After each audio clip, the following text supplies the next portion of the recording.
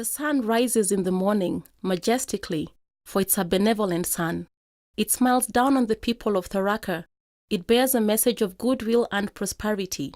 Soon, the people of Tharaka will be up and about, eking out a living in farming, herding goats, sheep and cattle, keeping bees, fishing in rivers, harvesting sand, quarrying, among other economic activities.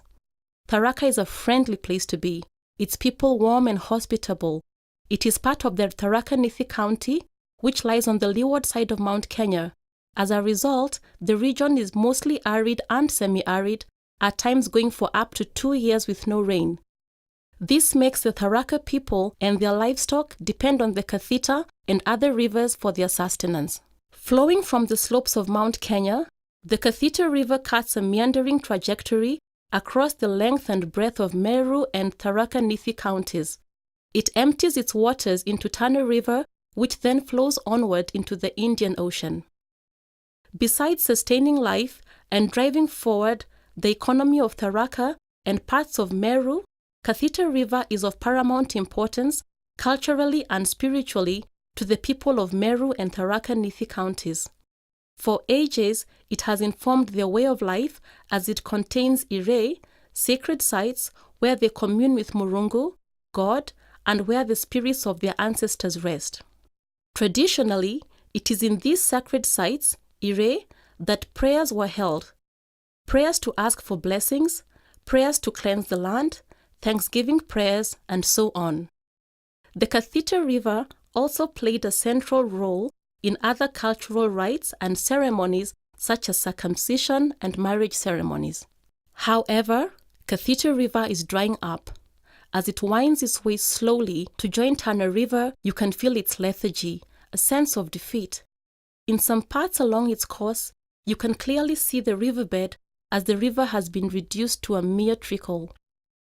At its confluence with the Tana River, Kathita presents a studying contrast in that it shyly enters the Tana River. It seems embarrassed at the little waters it gives the Tana because the tributaries opposite Kathita gush into the Tana in torrents. The Kathita River has been reduced to this sad state of affairs by multiple threats to it. These include pollution, diversion of its upstream water for irrigation, drying up of its tributaries, deforestation along its banks, sand harvesting, and climate change. Soon, Kathita River may turn into a distant memory with great ramifications to the people of Tharaka, their livestock and crops, and indeed to life in the region. Fortunately, the custodians of sacred natural sites along the river are battling to save it and to preserve their way of life. They have memories of what the river once was, sparkling waters gushing across the land and greening the countryside, a robust community bursting with life. They believe that Kathita River can return to its former glory and once more the people will flourish. To create greater awareness about the plight of Kathita River, the custodians, drawn from Tharaka and the neighboring Meru County, have been reviving the memories of the river in the past through community dialogue. They have identified 14 sacred sites along the course of the river from Mount Kenya to its confluence with the Tana River. They have revived the stories of their clans and sacred sites. They have been reflecting about the river in the scenarios of the past, present, and the future in the hope that these scenarios will intersect at a common point of departure for eventual restoration and protection of the river. Before the commencement of the ecocultural mapping process, traditional prayers are held at Dia Ire Sacred Natural Site to pray for the whole exercise to be a success. Dia Ire means the place of still deep waters. The custodians too ask for blessings for the whole community. They ask Murungu to bless the land for their crops and livestock to flourish. They pray for rain and prosperity. As they recollect memories of what the river once was, the air is punctuated with music and dance that soothes the soul and transports one to eons ago when all was bliss.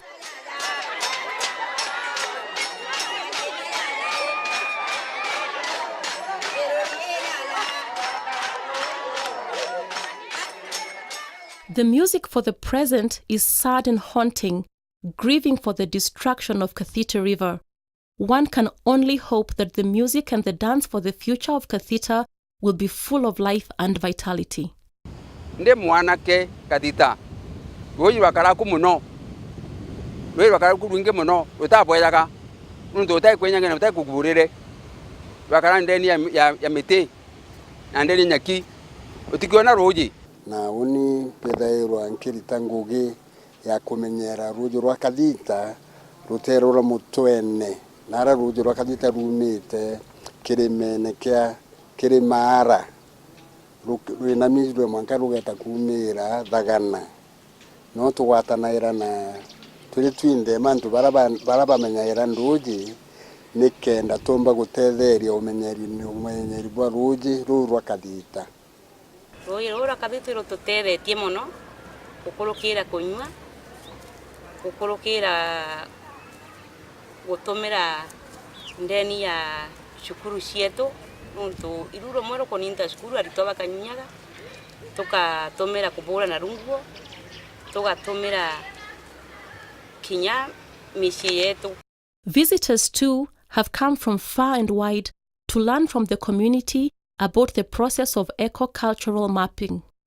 They are informed by the realization that locally, sacred natural sites are connected, and when one site is affected, all the others are affected too, thus bearing negatively on humankind as a whole. Maana maire ibonto kora murungu ombire ikenda antore akagita karambe ikaombire ndegoro kiambereria ombire wontu kwena mwanya na ndegoro enwenge second site ino cieto twatiethero itigetu bacoco kogwe ndo bacoco bo batigite second site ino kana ire ino ibo batutigirite ndeno kenda tukiya tuciethero no ntutende kinyema na agakoni bababu beti bo bauragagira mburi babu mukuru. Other sacred sites along Kathita River include Kiegege, Maragwa, Ikwa, Ururuni, Manyirani, Mukwairuga, Gakuni, Diadhungo, Iburagi, and Kivuka, all in Tharaka. In Upper Kathita in Meru, we have Iriyankare, Iriyagakerere, and Iriyango. The presence of numerous sacred natural sites along the river is testament to the importance of the river as a way of life for the Tharaka people. This lends urgency on the need to conserve and preserve the river for present and future generations. Sacred natural sites are places of bounty. Here plants with medicinal value abound, thus catering for the well-being of the people. Sacred natural sites also augur well for the preservation of biodiversity, as only indigenous seeds can be used in the ceremonies conducted here.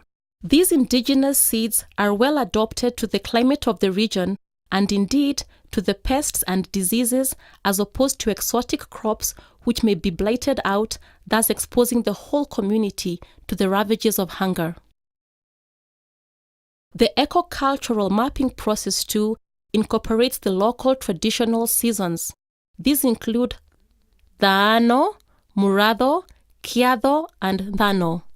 Daano is the dry season, and activities for the season included preparing land for planting and conducting circumcision ceremonies.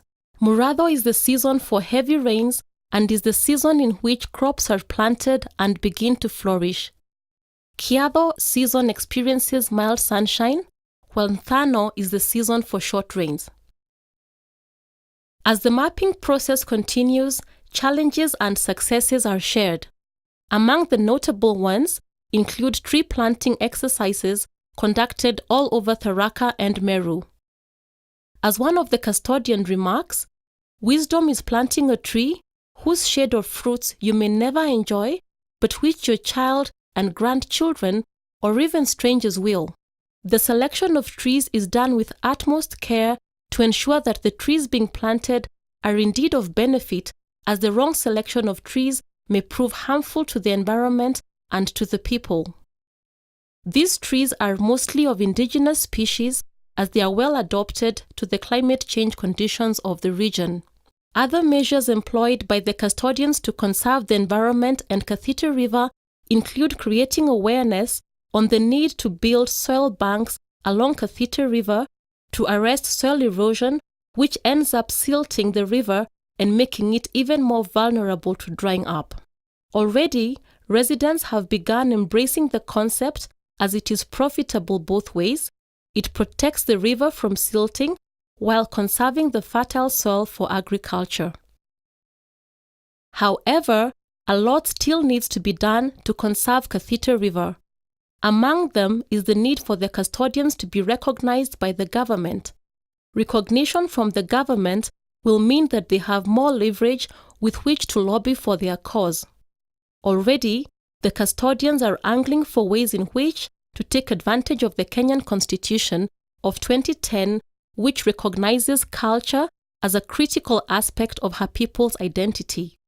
This includes Article 11.1, which recognizes culture as the foundation of the nation and as the cumulative civilization of the Kenyan people and nation. In moving forward, the community has identified actions that will need to be taken to realize their dream as embodied in the map of the future.